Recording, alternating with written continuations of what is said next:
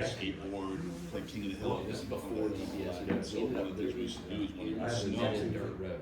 we would grab snow stuff and just spray When I first, ledge on that thing. Oh, yeah. And dude, just freaking torpedo. No friction. Just take the snow, pile up a ramp, and just Right. like on the concrete parking lot. Yeah.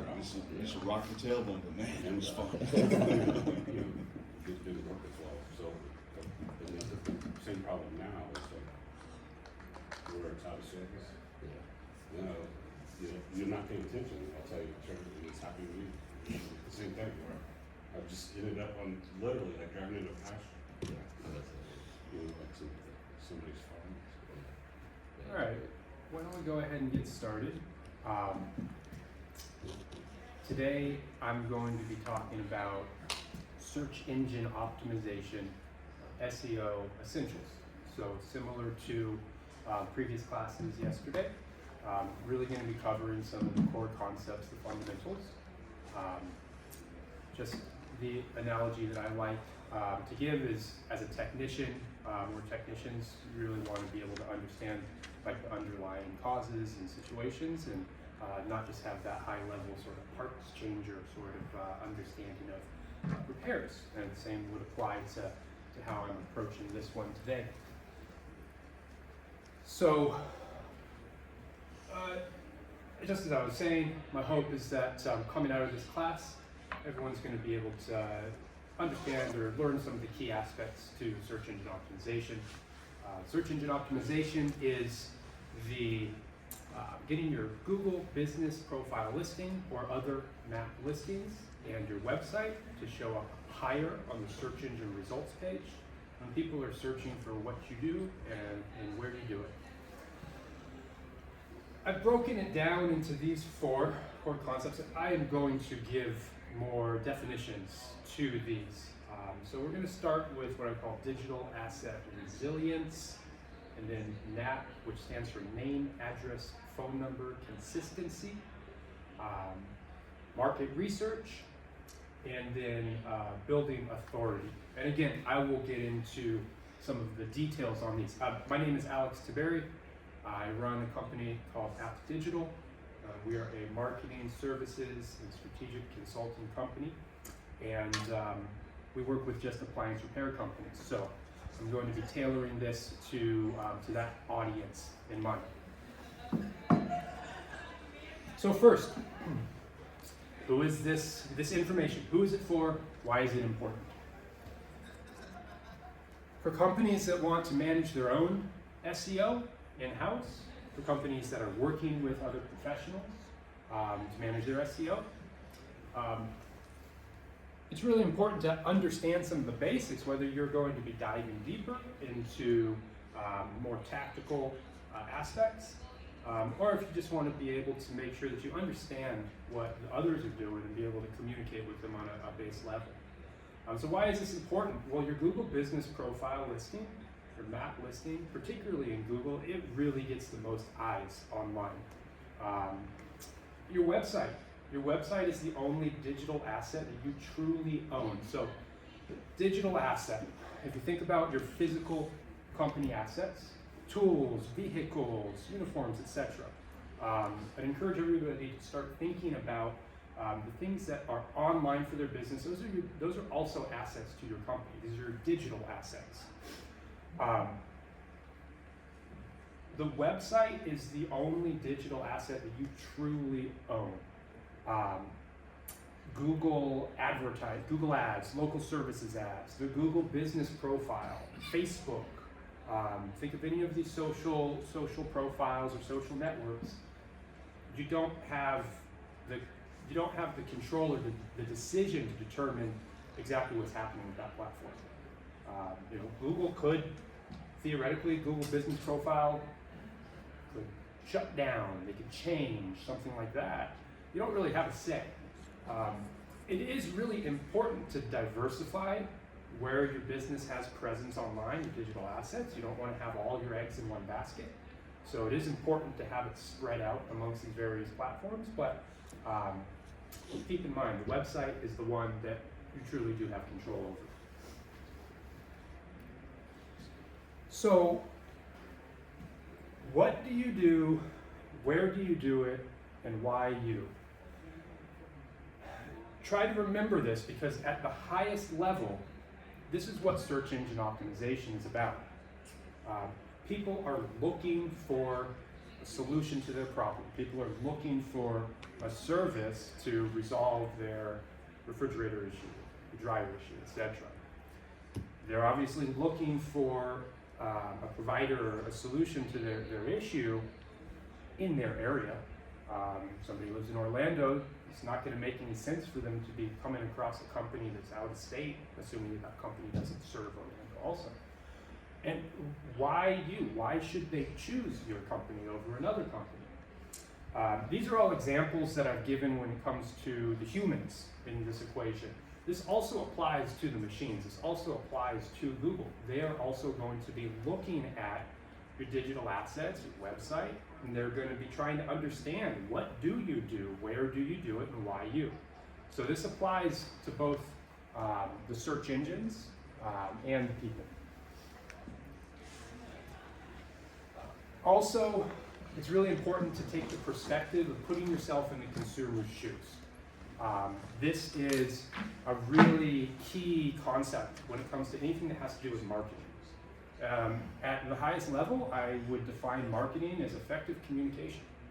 And in order for you to be able to effectively communicate with somebody or something on the other side, you need to be able to understand, at least to a certain degree, where they're coming from and their perspective. So keep those two in mind. If anything, I'd say keep those two in mind. It's not just search engine optimization. Again, it's just marketing. You know, what do you do, where do you do it, why? Put yourself in the other people's shoes. And again, when I say marketing, I'm talking about just effectively communicating with your market. Okay, so the Google Business Profile, GBP, resilience. So what I'm talking about is really just bolstering your ability to maintain that digital asset, making sure that it's not suspended, or if it does get suspended, that you're prepared ahead of time to go through the process of trying to reinstate that listing. So so first of all, let me actually back it up one. Google wants to make sure that you're a real business. That's the first thing. So I'll back it up one more step. Google's interest when it comes to the organic areas of their ecosystem, they want to provide useful, helpful, effective information to the browsers. To the searchers. And because if people aren't using Google, then how are they going to sell ads to them? That's the truth of it. But either way, so keep in mind from Google's perspective, they want to make sure that they're not putting junk out on the search engine results page. And one of the ways that they are going to take that as a sort of a first step or first approach is making sure that they're working with real businesses, legitimate businesses, and then layer on top of that is ones that are presenting themselves as professional, legitimate businesses. So one of the ways that they do that when we're dealing with this space of suspensions and trying to prepare against that is they need you to be able to prove to them that you're a real company. So everything that's going to be on this page, on this slide, once I get through each of them, I would take this down as a list and have this documentation available. So the first thing they want to do is they want to make sure that you are registered with the appropriate governmental agency, whether that's the IRS, whether that's the Secretary of State, ultimately going, as the conduit or the middleman between yourselves and the IRS. If you're an LLC, you have a document called a CP575. It's the first document that you receive when you register your EIN, your business. That is going to be probably the first step. If you want, you can, and I would recommend it, stack as many of the documents that are going to show that you are that you're checking the right boxes and doing the right things with the government. So these can be articles of incorporation, etc. Utility bills. So this is another way that they are going to make sure that you are what they consider a legitimate and professional company. One of the things to be aware of across all of this is the sort of the consistency of the information when it comes from the side. On one side it's more personal information, the other side is more business information. So for example, starting a company as an individual, you might have your home address, you might have your personal phone number, etc. You might not have a utility bill that differentiates your personal self and those things that you use from the company. I would strongly recommend, to make your life easier in the long term, is start from the very beginning. I realize that I'm talking to mostly established companies, but either way, in an ideal world, you're starting from the very beginning, keeping things separate and personal to business. Certificate of insurance, so this is one that anyone and everyone should have. If you have a commercial space, they're going to want to, if you ever have to be in the reinstatement process, they're going to want to see a copy of that, at least the cover letter, the part of the lease that's going to show your business's name, address, and phone number. All of the information on these documents need to be consistent. So the same company name would be that you find on your documents that you registered with the government. They want to see a utility bill in that name. They don't want to be seeing a personal phone number or anything, or a personal phone bill or anything like that. Obviously, certificate of insurance, and I would hope the lease is also going to be under that umbrella of the company information.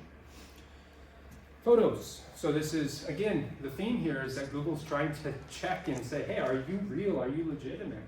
So these are the kind of photos that if you ever do have to go through the suspension reinstatement process, it's going to help your case. They want to see, well, where are you doing your work? Home-based businesses, that can be a little tricky sometimes. You may have a workstation or a work area in your home. You may be able to sort of set that up for your little photo shoot. Having a website on your computer screen is going to be a quick and easy way. They're going to be able to see that you're not just pulling some random photo off of Google image search. Tools, work vehicle, ideally having the company name information, whether it's wrap, magnets, stickers, that kind of stuff. Again, the theme here is that they're really trying to make sure that you are not only legitimate, but you're presenting yourself in a professional way. Team photos, photos of the commercial space. Again, if applicable, if you have a commercial space or a storefront. So all of that is setting yourself up for if your Google business profile listing gets suspended. On this slide, I want to talk about ways that you can, at least things to be aware of, which is going to open up the door for things that you can do to mitigate or prevent the likelihood of your listing being suspended. So first and foremost, know that your name, address, and phone number put on that listing, making changes to those on the Google business profile is going to have a higher likelihood of triggering a review of your listing. So for various reasons, in various ways, your listing will get reviewed by the system, by Google's system. These ones are going to have a higher likelihood of triggering that review. So know that making changes to these in the listing is sort of putting you under a little bit of a magnifying glass or a microscope, which if you have everything ready and you've worked on all of the documents that I showed on the previous slide, it's going to increase your chances or your likelihood of getting a successful reinstatement. Okay, so common issues that can cause a suspension once the listing's under review is keyword stuffing. So what keyword stuffing means is probably what I think it's kind of obvious. It's taking keywords and stuffing them into your listing, and this concept of keyword stuffing applies across digital assets. So, for an example, somebody's company might be John's Appliance Repair.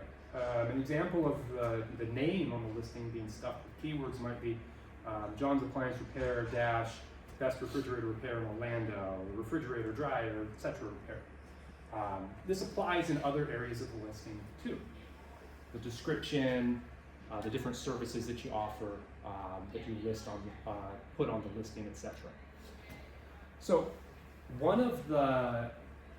this is probably the biggest, I guess, hot topic within this overall topic, is publishing your address on your listing. It does improve your ability to rank higher by having an address shown as opposed to having your address hidden, and therefore the listing being a service area business categorized listing. With that being said, Google's rules are pretty explicit, and at a high level, what their position is if a customer can show up to your place of business that you have the address shown to unannounced during your listed hours,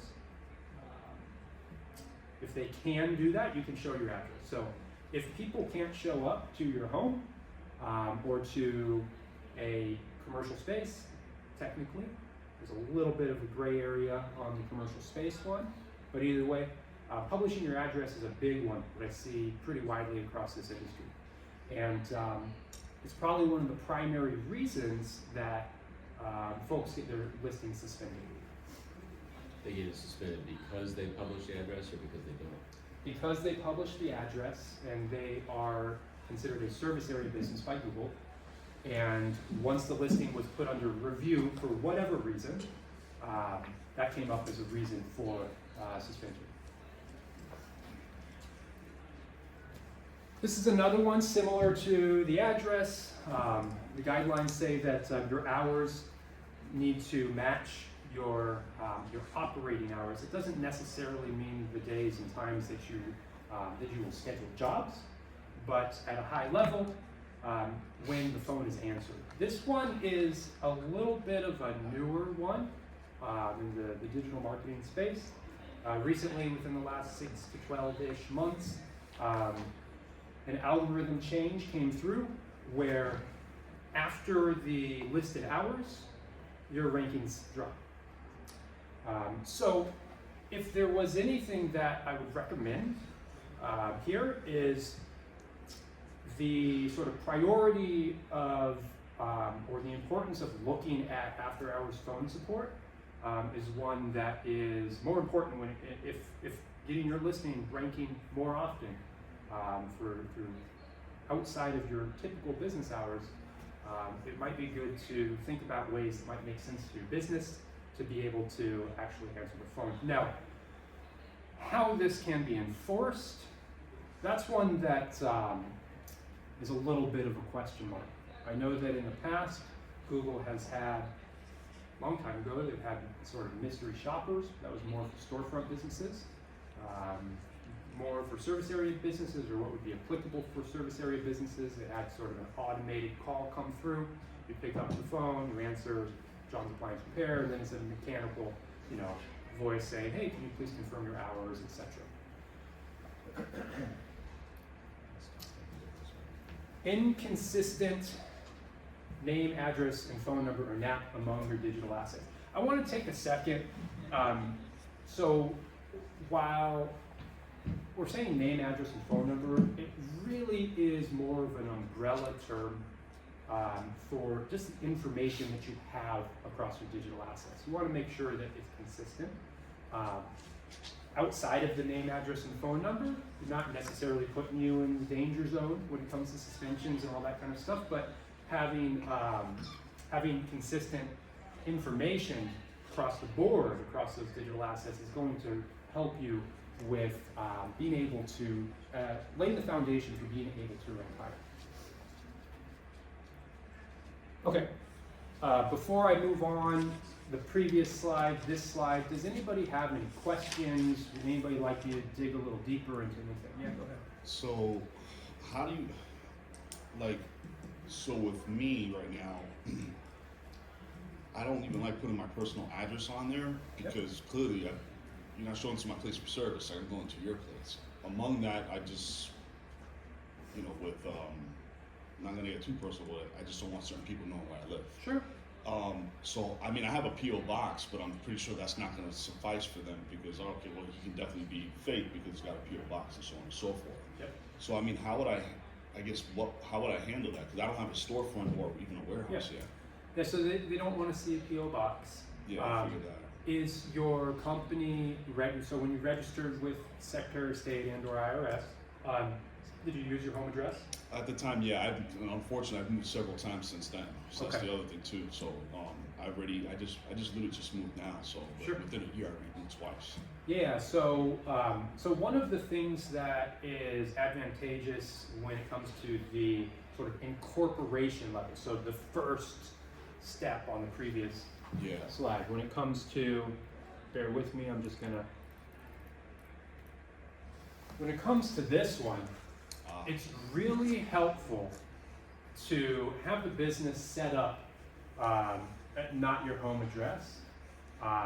There's registered agent services that essentially you're paying a financial or a legal professional to be what is considered your registered agent. It's a technical term when it comes to incorporation with the government, and it's just telling them, technically it's telling them, hey, this is the person that you want to contact with any of the reasons that you might want to contact. But at the same time, when we're talking about SEO and this whole topic, what you're doing is you're setting a company's address so that if you're moving in the future, you don't have to worry about changing things. And also, because in all states, this is public information. In most states, it's freely accessible. There are some states, I know Texas, for example, you have to pay like $1 or something like that. But the point is that when it's open and free information on the internet, you have what I call aggregator websites. So if anybody has ever had a business listing created for them, you didn't do it, and all of a sudden you realize you have a listing on a website, why did that happen? That website essentially scraped the internet and created it for you. So what that means is that home address is out there on the internet, and there's the whole personal side of it that's very fair. The majority of people are like, I don't want my home address out there for people. But then also it's something that Google and search engines will eventually become aware of, and that starts to play into that sort of NAP inconsistency. Okay.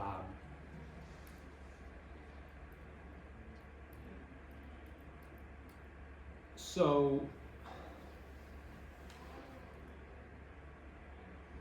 bring me back to your question. Did that answer your question? Yeah, it kind of did. Now I'm just curious about the whole registered agent. So like, would I would use an attorney for something like that? You could. So there are services out there that really focus and specialize on that. I mean, technically they have an attorney in house for the most part. Okay. At least I'm familiar with. I haven't run into registered agents that are sort of from like a financial background, essentially CPA. Yeah. But yeah, go ahead. Something else that's worked is shared office spaces. So like incubators, or you can rent a post office box there, and your address will actually be just like she But has. I will tell you, that's not true. It- Respectfully. Yeah, It's you a gray have to- area. It's the gray area. So our co-working space has 10 addresses that people are allowed to use as legal addresses, and I make them sign an agreement that they have to use it they have to commit to a year. Yep. Because you don't want a new person using that address every 3 months as people are bouncing in and out, Yeah. because Google will then shut everybody down Yep. with that address. So, Oh wow. so that would be just like using a PO box, saying that you're there. So like our co-working center address is A. Everybody's welcome to use that if they're a shared member and they're just coming there to work. They can use that as their address to receive mail, but they are strictly forbidden from using it as their Google address. Yeah, so there's a gray area there, and what it is in one area of Google's guidelines they say no PO boxes, no co-working spaces. In another area of their guidelines, they say, hey, you need to use the official company address. Yep. So if your official company address and what you have registered is a PO box or a co-working space, it's like, where do things land for them? And Yeah. there's not going to be anything Yeah. consistent. There So is a that's the special difference, form like, for that. Within our co-working space, there are actual offices and commercial spaces, but the co-working space, they're not allowed to use that Sure. address. Yep. Yeah. And then there's a whole other side of this topic, which isn't so much on like the, I'll say that what I've been going over here is like the bones or the foundation of this topic. But when we're getting into the whole like rankability, the ability to have your listing showing, etc., having different Google business profiles sharing the same address can be challenging, can be problematic. So I'll give a totally different example with a company that we work with. They were home-based. They grew to the point where they became a storefront, and we updated the Google business profile listing, and then it got reverted. And then we'd go in and we'd update the information, and it got reverted. And when we dug into things, so they took over an office space that used to be a dog grooming business. That dog grooming business did not update their Google business profile listing.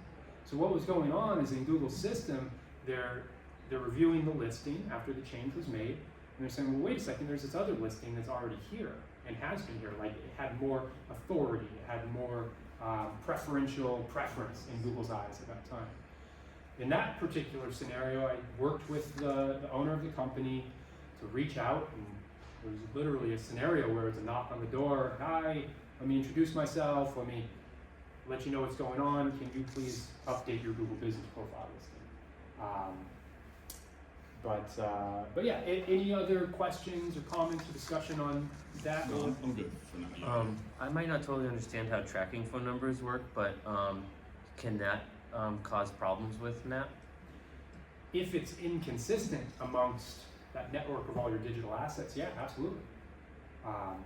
So yeah, and that's actually a really good, we'll get into that in just a couple Okay. slides. So let me go ahead and start with, I want to explain a little bit about how Google knows who to put in their phone book, so to speak. So what we're talking about here is Google has, all the search engines have an index. So think of it as a phone book for each search engine. So I'm focusing this on like your Google business profile and local SEO side of things. And by the way, we're going to talk about website SEO too.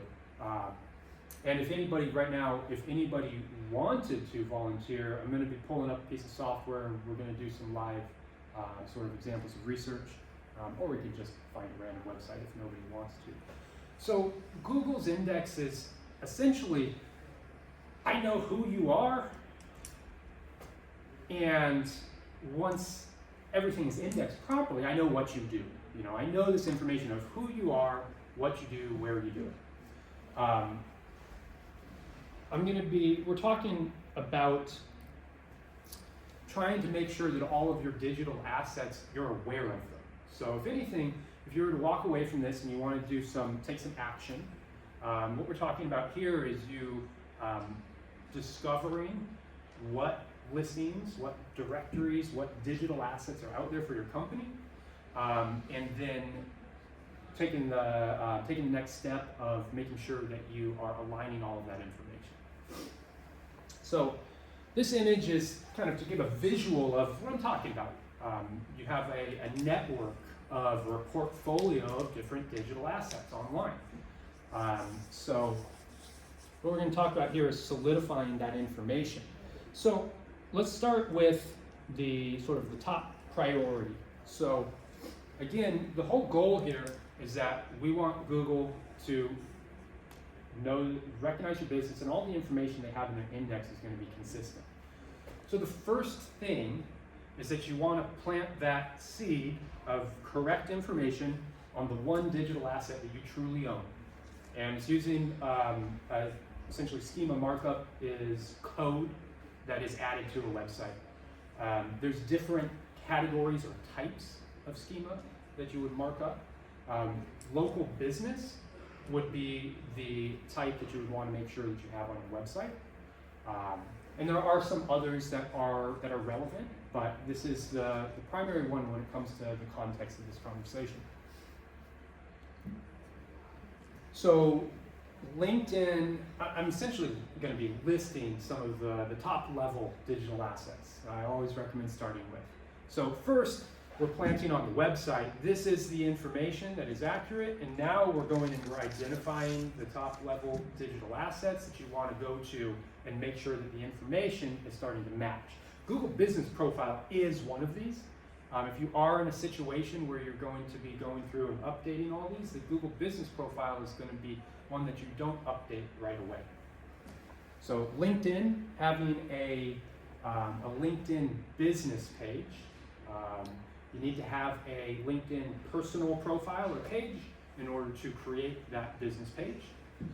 Facebook, I believe you can set up a Facebook business page without a personal profile, but for most people, you have a personal profile, and from there, create a Facebook business page. Bing Places, which is the Microsoft version of the Google Business Profile listing, and if applicable, Apple Maps, which is Apple's version of the Google Business Profile listing. Apple Maps is a little bit of a newer one when it comes to this industry. They traditionally do not work with service area businesses. It seems like that very well may be sort of changing and opening up just recently. Yeah, that's a very powerful one, especially with the sort of ecosystem of loyal Apple users. The Better Business Bureau and the Chamber of Commerce. Again, remember, Google wants to make sure that you are a legitimate professional business. Better Business Bureau, Chamber of Commerce have a high level of authority or recognition from their perspective. Better Business Bureau is essentially going to be nationwide. Chamber of Commerce is more regional, so there very well may be multiple Chamber of Commerce websites that you would want to have your business listed on, depending on your service area and the Chamber of Commerce sort of network or ecosystem. Do you think it's worth paying to be listed on the Better Business Bureau? Because I think you have to be paid, like you have to pay to be on there, pay to play on that a little. Possibly. So you can have a BBB listing for free, but I believe that they gatekeep it in a way where if you want to be listed as accredited, you have to pay. And there can be a benefit to that. In the beginning, kind of stair-step approach, in the beginning, just focus on the free listings, and it may make sense in the future to upgrade some of them. And I'll kind of get into sort of where in the process and whatnot you might want to consider that. Okay, so you have, at the very least, identified and made sure that you have the login credentials to these assets. Maybe you've gone through and you've updated the information by now. Now you want to identify any and all of the other pre-existing listings. So what this is going to require is this is going to require a little bit of research. You can do it on your own. There is software that can help and services that can help with this. So doing it on your own would be Googling your name, business name, separately from, and then doing another search, Googling your business address. In a situation like this, it would be one where, yeah, you don't want it out there, but still, it probably is already out there, so identify where they are, document those places, and the business phone number. So, again, you're building a list of these are all my digital assets. It can be, if it's a newer business, it can be a pretty straightforward and more palatable or digestible process. If you're a more established business, it can be quite a slog, and it may make sense to go with a non-DIY approach.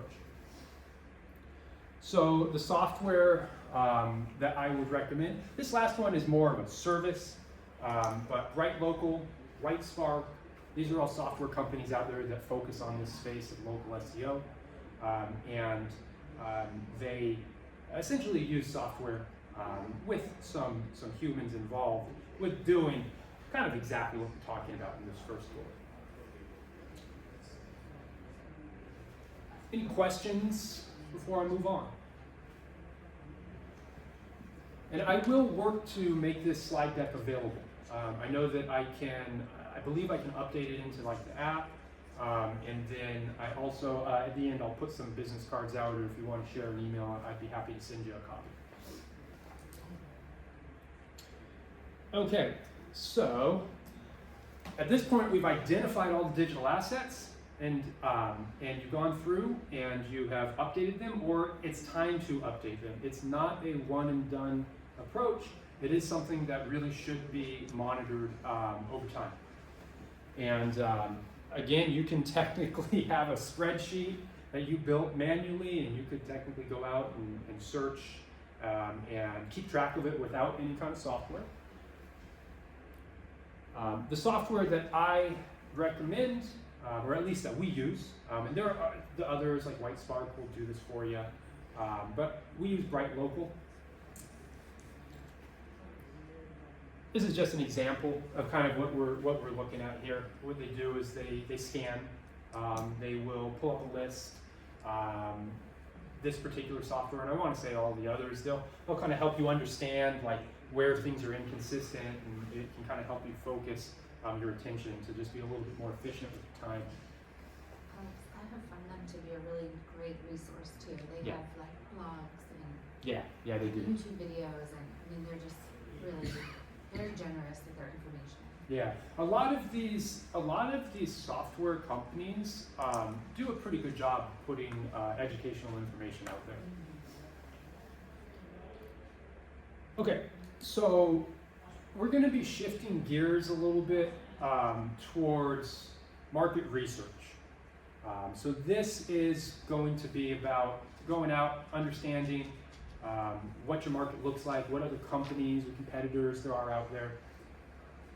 Ultimately, the goal is to perform what we call a gap analysis.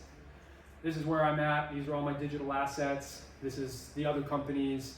You know, let's identify the digital assets that they have that we don't have, that kind of thing. Before moving on to that, any questions about what I've gone through so far? Okay, so where to start? Again, you can very well do this manually through searching. What I recommend is I recommend just starting by searching keywords that would be relevant to your market. Appliance repair, sitting in. Think of the different cities that make up your service area. Get an understanding of who's ranking where. Like before, software or services can help you focus your time in other areas of the business that might have a more value or more return on your time investment. But it very well, all this stuff can be done manually with no software, no outside services. The software that I recommend for understanding where your rankings are and understanding what other companies are ranking above you, below you, etc. for the maps. We like Places Scout. There are plenty of them out there. The reason that we like Places Scout is because they essentially, their software is designed to emulate Google's algorithm, Google's index. Well, as far as I'm aware, all the other softwares, they just tap into the Google API. So we like that sort of mirroring approach as opposed to depending on Google. I'll be honest, I don't trust Google. So that's one of the reasons why we've chosen this software. Okay, so here's an example. People have probably seen this. This is a very common way to visualize where your Google Business Profile is ranking. So keep in mind that the results, what people see when they search for appliance repair Orlando, for example, it's going to change in different areas. This is not Orlando, this is Los Angeles.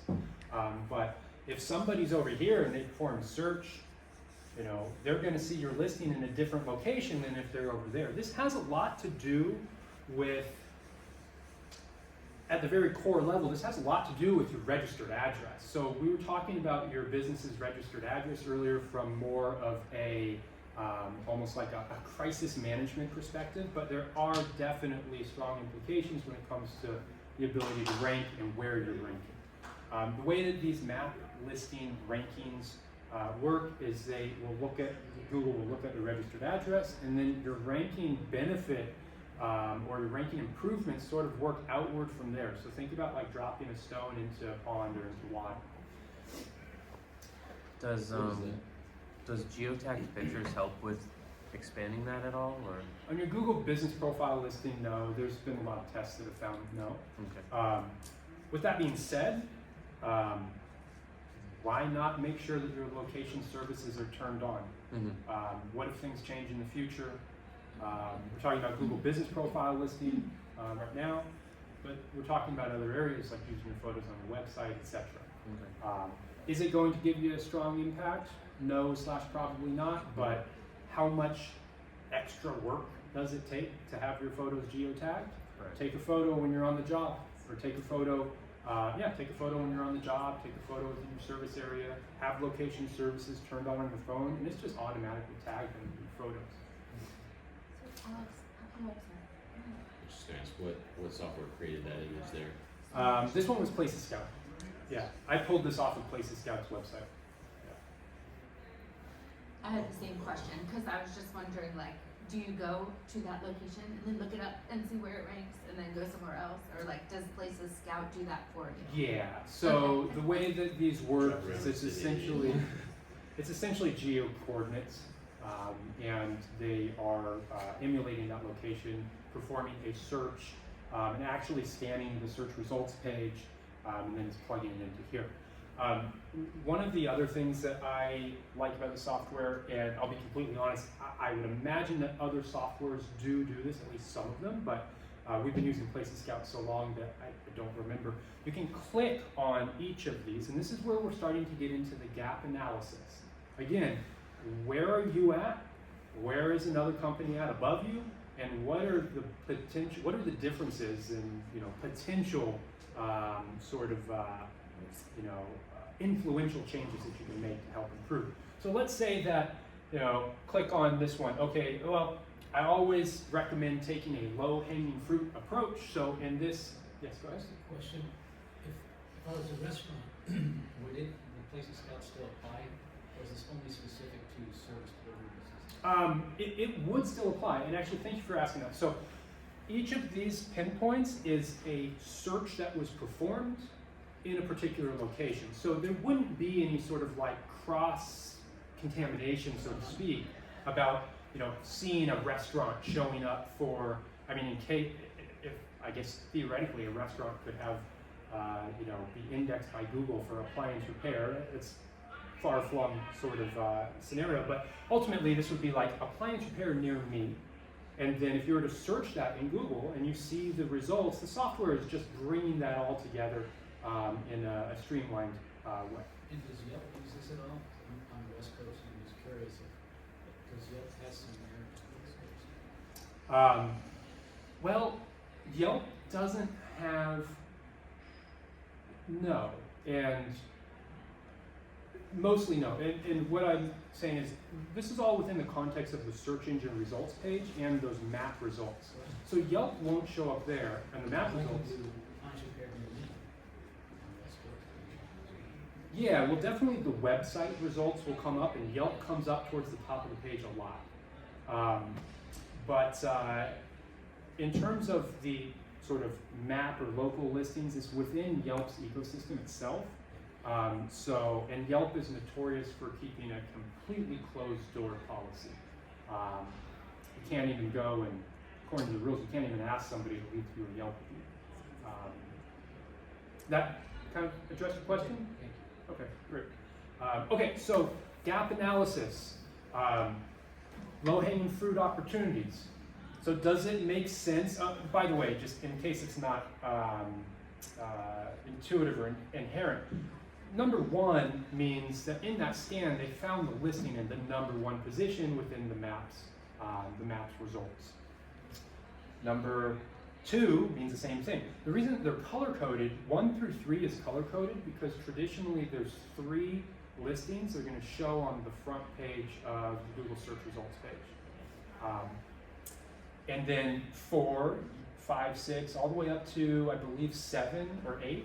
7 is going to be yellow, and then red is above that because that means that you're ranking lower and lower and lower. So, a recommendation is to focus on improving in the areas where you've got less distance to go. It makes more sense to pay attention to, hey, who's in the 1, 2, and 3 spot right here where you're ranked in number 4, because it's going to take less work to get your listing bumped up onto the front page as opposed to if you're focusing on where you're in the position 17. So let's say that we're clicking on one of these. You can actually click on it, and it's going to show you who's ranking above you. So as you can see, there's a lot of information, or I'm not sure, it might be a little hard to see, so I'll kind of talk through. There's a lot of information that you can see, again, to help understand what's different about them versus us. The overall rating, the number of reviews, a different part of this software will actually look at, hey, what are all the different digital assets that they have indexed? And you can make a comparison on those individual profiles and listings. Any questions on this, this concept of doing market research for particularly the Google Business Profile asset? All right, so here's the one that hopefully will be a little more fun. So this is the software that I recommend when dealing with market research around your website. Would anybody be interested in us doing a little bit of a gap analysis? You can check mine. Sure. All right, what's your website? Cityscapeappliancerepair.com. Sounds sexy. There we go. All right, so the first thing that I like to do, so right here, this is some, sorry, let's, bear with me. Let's get this a little bit better.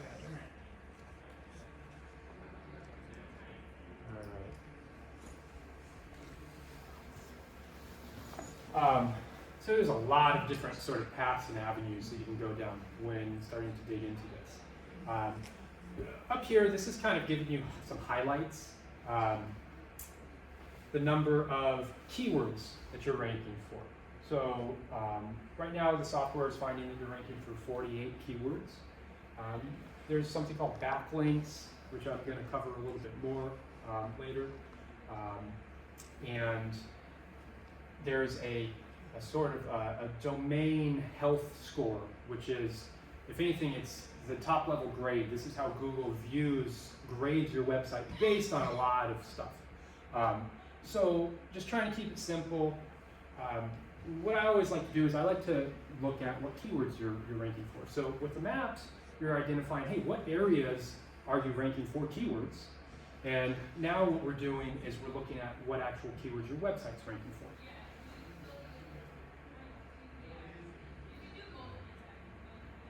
So here we go. Cityscape appliance repair Worcester, appliance repair Worcester MA, etc., etc. These are all the keywords that your website's ranking for. Over here is what position your website's ranking in. So a branded search, Cityscape appliance repair, you're in the #1 spot. It makes sense. Mm-hmm. You know, Google knows enough about who you are, what you do, and where you do it, or at least who you are. Mm-hmm. Appliance repair Worcester. That's an example of you're in the #3 position. That's an example of Google recognizing within their index, what you do and where you do it. We have volume right here, which is an approximate measure of how many searches per month. So this is saying that about 100 searches, or people searched appliance repair Worcester about 100 times. So there's a couple of different ways to go about this, since we're taking this from the angle of a gap analysis. What I like to do is I like to sort by position.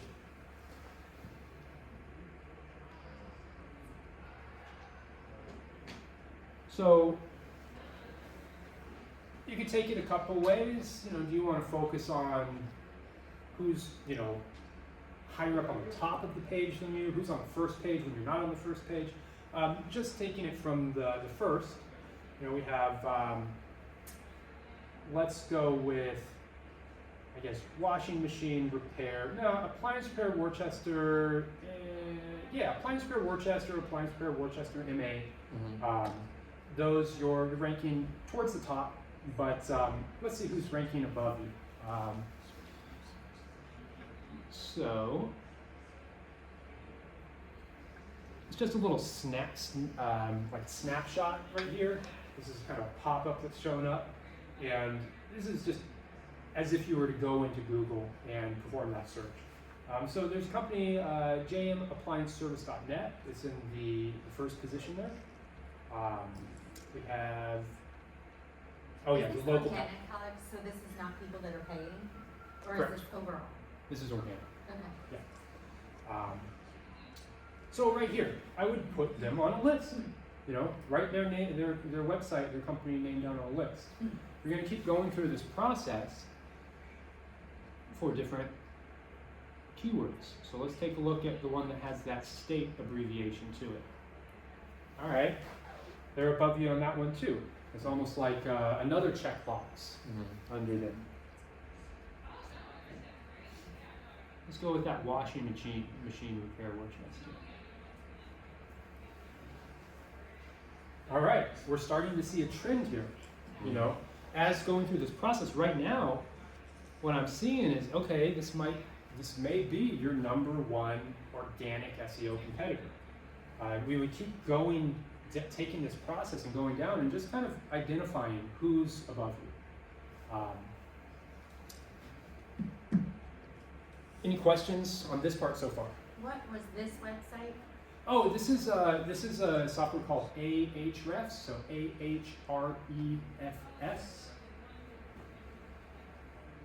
Yeah, so again, ahrefs.com. When I've tried to mess around in Ahrefs and SEMrush and stuff like that, it's like they're so expensive, but then they let you do a lot of stuff free also. So it's hard to tell like what you can do and what's working and what's not. So is this like a paid part to be able to do this, or?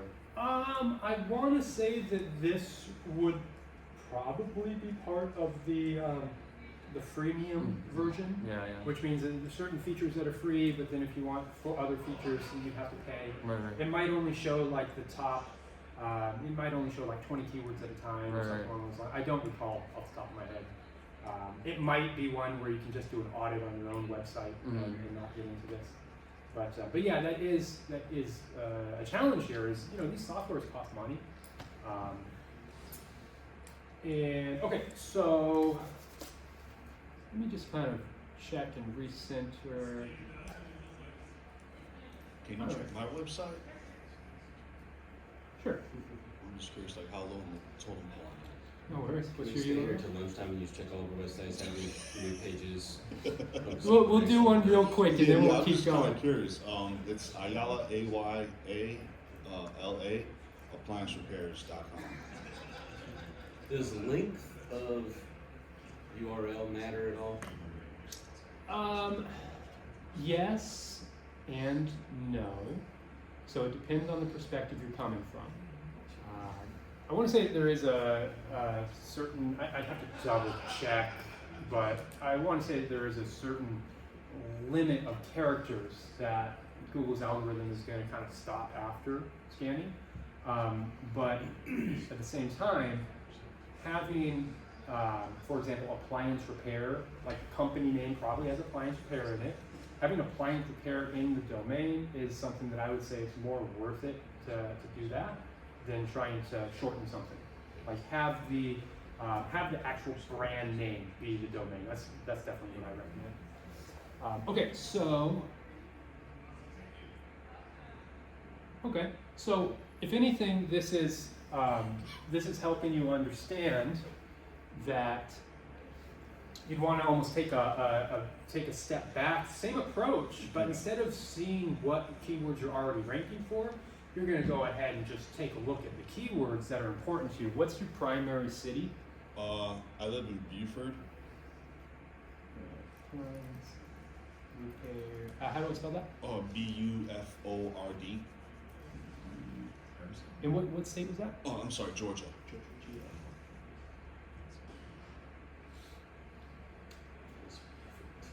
All right, so here we go.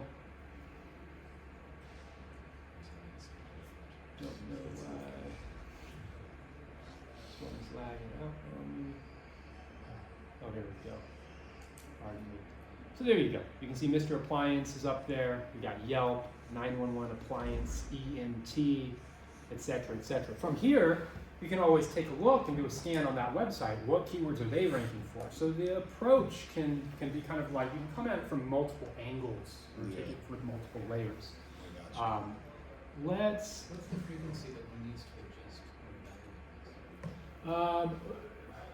Can you restate that a little bit? If I'm making adjustments, how, and I'm assuming the other business will be looking at this from time to time, they're going to make adjustments. What is the frequency at which I need to address this? With the gap analysis? It depends. I would say at the very least, maybe once a year, depending on sort of the status and stature of your business, maybe quarterly. I'd say if it's a little bit more of an established business that has more of an established SEO presence, and you're really just in there kind of keeping track, and it's almost like a race at that point, more frequently. If it's in the beginning, just do it once, and then come back to it once you feel like you have established a bit of a foothold when it comes to organic ranking. Okay, gotcha. Um, Thank you for that, by the way. Yeah, of course. Here, let's go back to. So just kind of following this process, giving an example, we've identified for you that, which competitor was it? Yeah, JM Appliance Services. So here's, oops.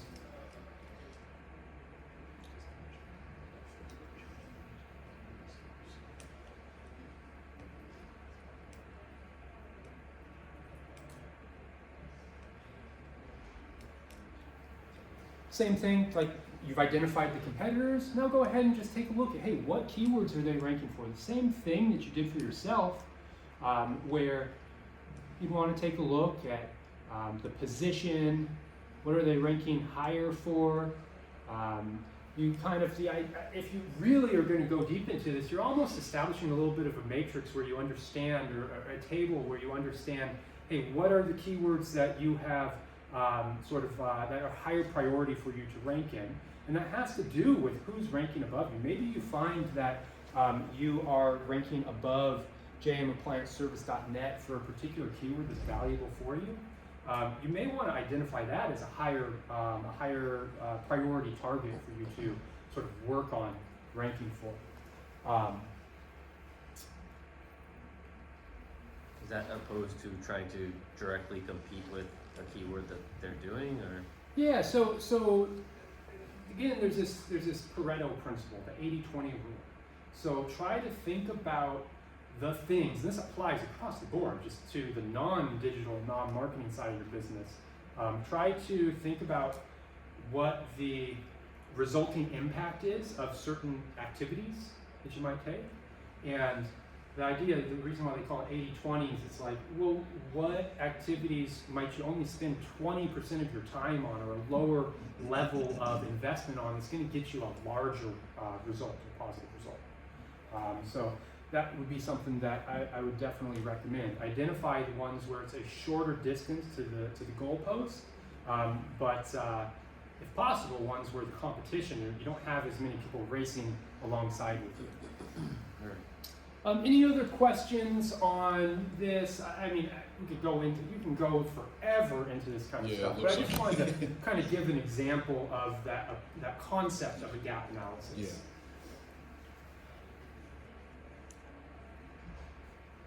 All right.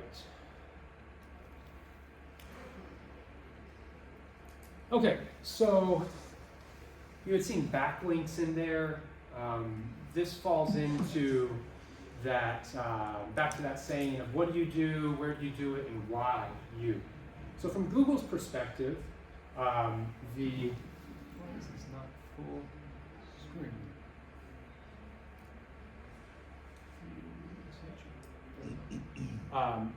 From Google's perspective, they're going to be essentially assigning a grade to your website. And that would be what I'm referring to when it says authority. So Google has recognized who you are, who your company is, what you do, where you do it, and then they're going to be like, they're going to ask, well, why should we serve that particular company higher in the results than others? So that's what I'm talking about here with building authority. Jenny has stepped out, but she was asking about paying for listings. So this may be one of the times when it makes sense to upgrade one of the listings. This approach of sort of assessing the authority, it isn't just for yourself, it isn't just for your competitors, it's also for the websites that are the owners of your other digital assets. Back when I was showing that snapshot of Right Local and the list of all of your citations, they had a ranking of authority for each of those. And you might identify that there's one, let me actually back it up. There are some listings where they don't give you all of the options, where you can't actually link to your website. So it might make sense to upgrade the listing there to get that link. This also applies, and more so applies to the authority for the humans. So having a BBB accredited logo on your website is going to help differentiate you to the searchers in your market. And I'm 99% sure you can't get that unless you pay for the premium version of your Better Business Bureau logo.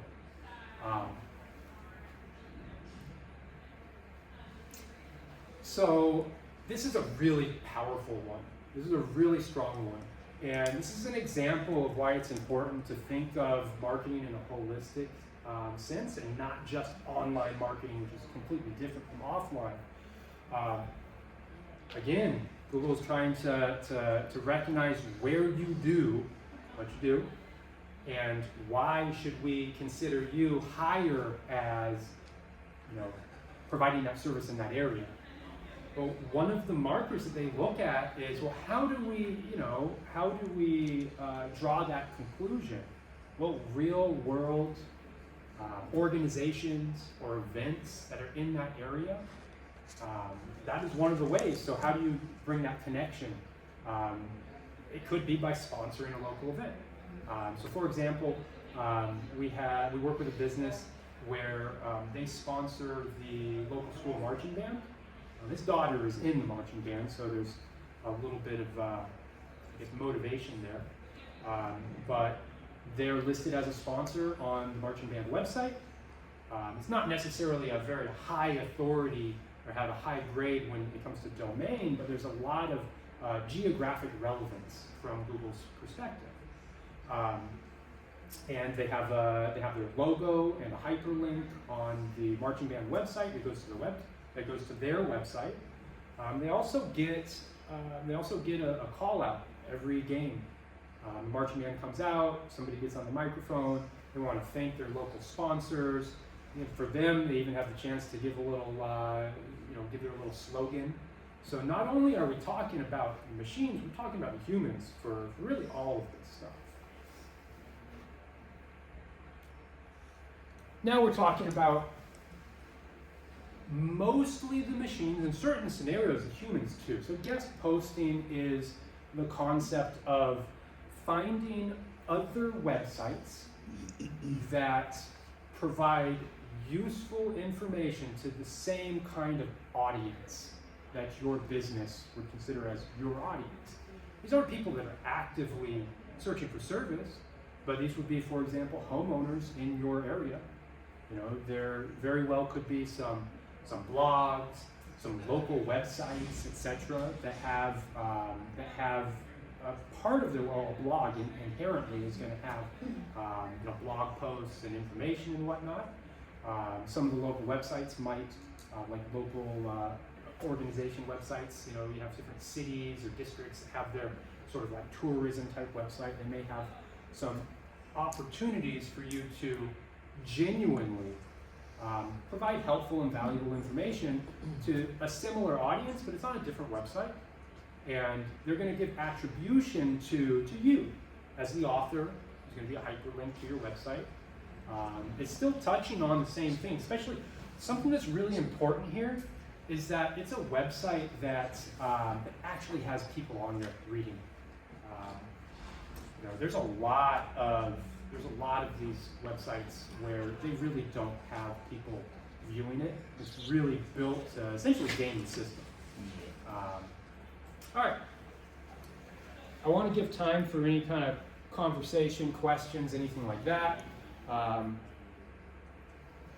About 20 minutes left in the allotted time. I'm happy to stick around if the questions necessitate. What is the best way for backlink building, or is that it that you were talking about right there for the building authority? So first, that's probably lower down on your priority list. Okay.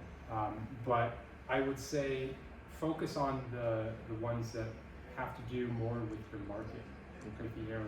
So I shouldn't worry about that. Right now, no. Okay. Yeah, right now, no. But that process of doing the research, that gap analysis, whatnot, I went into just keywords, but Right. it applies to looking at the backlinks through the competitor websites and identifying where do they have links that you don't. Coming out of that, at the very least, you have sort of a target list. Maybe might not make sense to take action on it, but at least you have the information. Right. Yeah.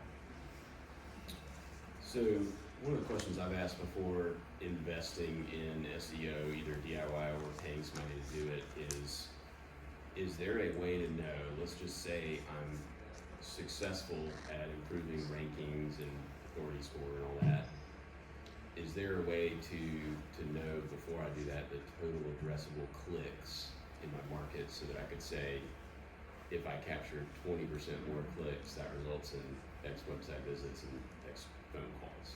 Yeah. I mean, I would start with the keyword research. You know, a keyword list. I want to say that the software gives a sort of an estimation of the clicks that would come out of those, but essentially prioritize based off of search volume. And then you can pair that with information from Google Analytics. Google Analytics is a piece of software that gets essentially installed onto your website. A very simplified explanation, but it measures what's happening with your website. There's another platform called Google Search Console, which is not necessarily looking at what activity is happening on your website, it's looking at what activity is happening with your website's placement or rankings on the search results page. And you can sort of correlate based on like looking at taking those three sort of platforms or approaches. With Google Analytics, with enough time, you're going to be able to, and the right kind of setup for tracking, you're going to be able to understand what that rate of, well, you're asking about clicks, but essentially you'd want to take it a step further to understand where's the conversions or the leads coming out from the end of that sort of path. So I can go to keyword research and say this keyword is searched 100 times in the last 30 days. Go to GA4, see I've gotten for this keyword 12 clicks. Then I'm capturing 12% of those searches are coming to me. It's Approximation. It's you'd want to have Google Search Console in between those two. It's not going to give you a comprehensive bit of information. A lot of Google does a good job of creating gaps in that information. If you have enough traffic on your website, and if you are utilizing some software that can help bring that Google Search Console and keyword sort of information into Google Analytics or make that connection, you have the ability. But I would encourage taking a slightly different approach, which is don't worry about the direct connection with keywords to business activity. Start by making sure that you have the right kind of tracking set up on your website so that you can look in Google Analytics and you can say, hey, here are the visitors to my website, and did they come from organic search? Or did they come from K, etc. So instead of focusing on the keywords, focus more on what we call the channels. So the channels would be local services ad. Well, local services ad doesn't really equate to website traffic, but Google Ads, any of the advertising platforms, make sure that you have the right tracking parameters on there. Organic, you can differentiate between an organic search to the website and somebody coming to your Google business profile and then to the website. And really try to focus on identifying where's the website traffic coming to. Of that website traffic, what is turning into a lead contacting you? And the ideal scenario is being able to connect that information to your bottom line information, like your jobs and revenue from those jobs. And you can, once you have that sort of, that real, truly useful information from that connection, making it to the jobs, then look at the keyword rankings. Like, where are you ranking for keywords? And honestly, I would recommend, if you even get that far, depending on where you're at with your business, unless you're really at that, hey, we're up there, we're at the front of the race, and we're having to stay on top of being in front of the race. 80-20 principle. I'd say that you probably are going to get more value for your efforts in possibly other areas of business, like maybe improving the rate of leads to booked jobs, improving that average revenue on jobs, or your technician's first call completes, or turnaround times, and that kind of stuff. At least that would be my recommendation. How about, is it keyword stuffing? So someone told me this wasn't good practice, and so I took out half of what they said. So basically, a lot of us will have across the top of our home pages, home, services, service area, stuff like that. So under service area, there may have been town, so it's like Milford, appliance repair, Worcester, appliance repair, Northbridge, appliance repair. And so I got rid of all of that because they said, no, you shouldn't have appliance repair in every single one of them. The one I didn't get rid of is under the services, where they said it's like dryer repair, washer repair, things like that. I didn't get rid of repair because to me that was the service, Yeah. But is that considered keyword stuffing, or even on the town ones? I mean, I guess on the town ones it cleans it up, makes it look so much nicer. Yeah. Just being the town name. So traditionally, when people are talking about keyword stuffing, they're kind of talking about it more in the content of the pages. Okay. I would say, think about the user's experience. Put yourself in the shoes of people that are finding themselves on the website. Put yourself in. Were you in the website class yesterday? Yes. Less is more. Keep it simple. Don't overwhelm them. I personally, if we're talking about like the menu, the header at the top, I personally we have services and then appliance repair, refrigerator repair, etc. A lot of that has to do with Google Ads is running those topically sort of clustered or siloed sort of keywords to add to those service pages.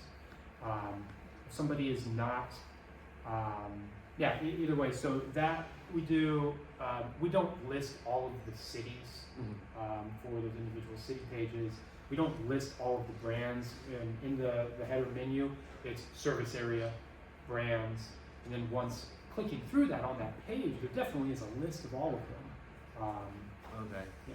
Oh, but you don't list it as a drop down. I see what you're saying. No, I mean, I put myself in the That makes customer's sense. shoes, and I'm like, man, if I was looking at this, oh man, I would just be like, what's going on? Yeah. No, 100%. Yeah.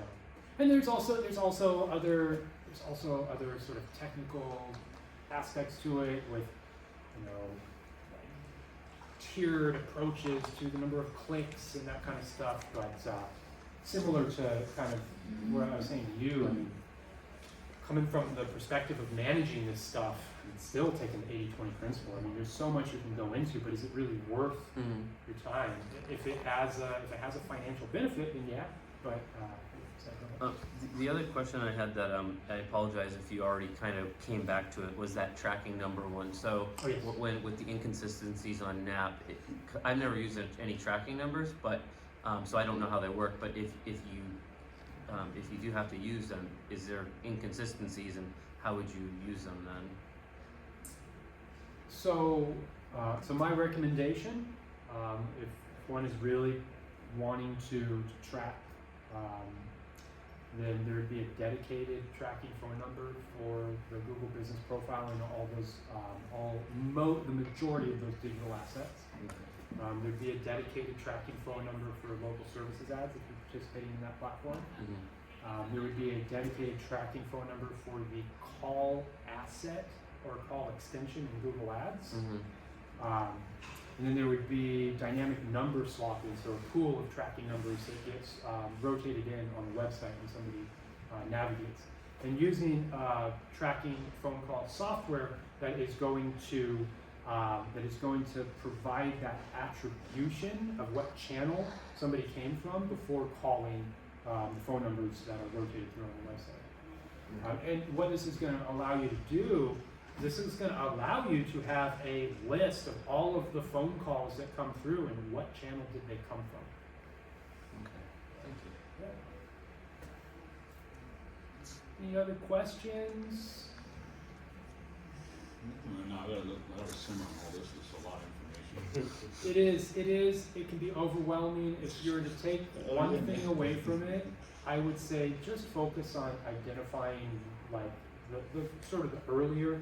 I'd say wrap your head around trying to build an ironclad sort of defense and sort of be proactive around the Google Business Profile, sort of suspension, reinstatements, and all that kind of stuff. Yeah. And then from there, the whole like identifying the different listings, different digital assets. Gotcha. Because again, the MAT results are notoriously getting more eyes. Google is pushing the website results lower and lower and lower over time. It doesn't mean to not address the website, because again, of course, like that's the one that you own, but it's kind of weighing the pros and cons of what result or benefit you're going to get out of different areas and prioritizing that way. Yeah, I get that. So, would you recommend if you're like auditing for consistency, all of your name, address, phone number? Like, if you find an inconsistency, you're trying to match everything to what's on your Google profile, right? And like. Yeah. So technically, actually, I'm glad you asked that, and I wish I would have kind of come back full circle before towards the end. So we're talking about first the website. So start with the website. That is the center of this sort of the network. And then update all of those digital assets except for the Google Business Profile at this point. Prioritize the ones that are going to be like higher authority or higher power. Once the changes have been indexed in Google, then go and update your Google Business Profile listing. Okay. Because when a Google Business Profile listing is under review from a change, particularly to the name, address, or phone number, the first thing they're going to do is say, hey, well, what do I find that information in what we've indexed? And if they don't, then it opens you up to just like a higher likelihood of the change not being accepted, or if it goes in the worse direction, So fix possibly it everywhere suspension. else first. And make sure that Google has recognized it through indexation. And how long does that usually take? Like, That's a do you good wait question. like a week or two, I'd give it a month. a month? Yeah, Okay. I'd give it a month. And there are also things that you can, now we're starting to get a little bit more advanced with this statement. There are things that you can do to help prod Google into indexing the changes more. And that is when, technically we're talking about link building. So identify, I'm just kind of shooting from the hip, identify a really high authority website that's most likely for Google to index quicker, Facebook, LinkedIn, that kind of stuff, these social platforms, ones where it might make sense to, while still being helpful to the audience and humans, be able to provide like a link to a listing that maybe isn't being indexed, or you want to try to give it a little extra help. Because Google is constantly crawling the websites, and they're like, okay, well, what's on this website? Where are they linked? Where are they pointing to? They might not follow it if it's a website that they don't consider as having like a higher grade. So, okay, well, that's part of it would be like if you were intentionally making an update, but like, in the past, I've been learned from other people, like, if you have a phone number that has parentheses around the first 3 digits, the area code, and then in another place you don't have the parentheses, like, you wanna make sure, even to that degree, that everything matches all over the place. I wouldn't worry too much about that. Okay, Yeah. I'd say that Google's smart enough now okay. to be able to understand that 555 with parentheses around it is the same phone number as without. Okay, and then like something like drive and then dr period. Like I've heard that you're supposed to make sure everything is exactly the same. And Let's put it, it doesn't have to be, but if it is a minimal level of effort and a minimal level of risk associated with making those changes, then absolutely, Okay. Make it sort of exact.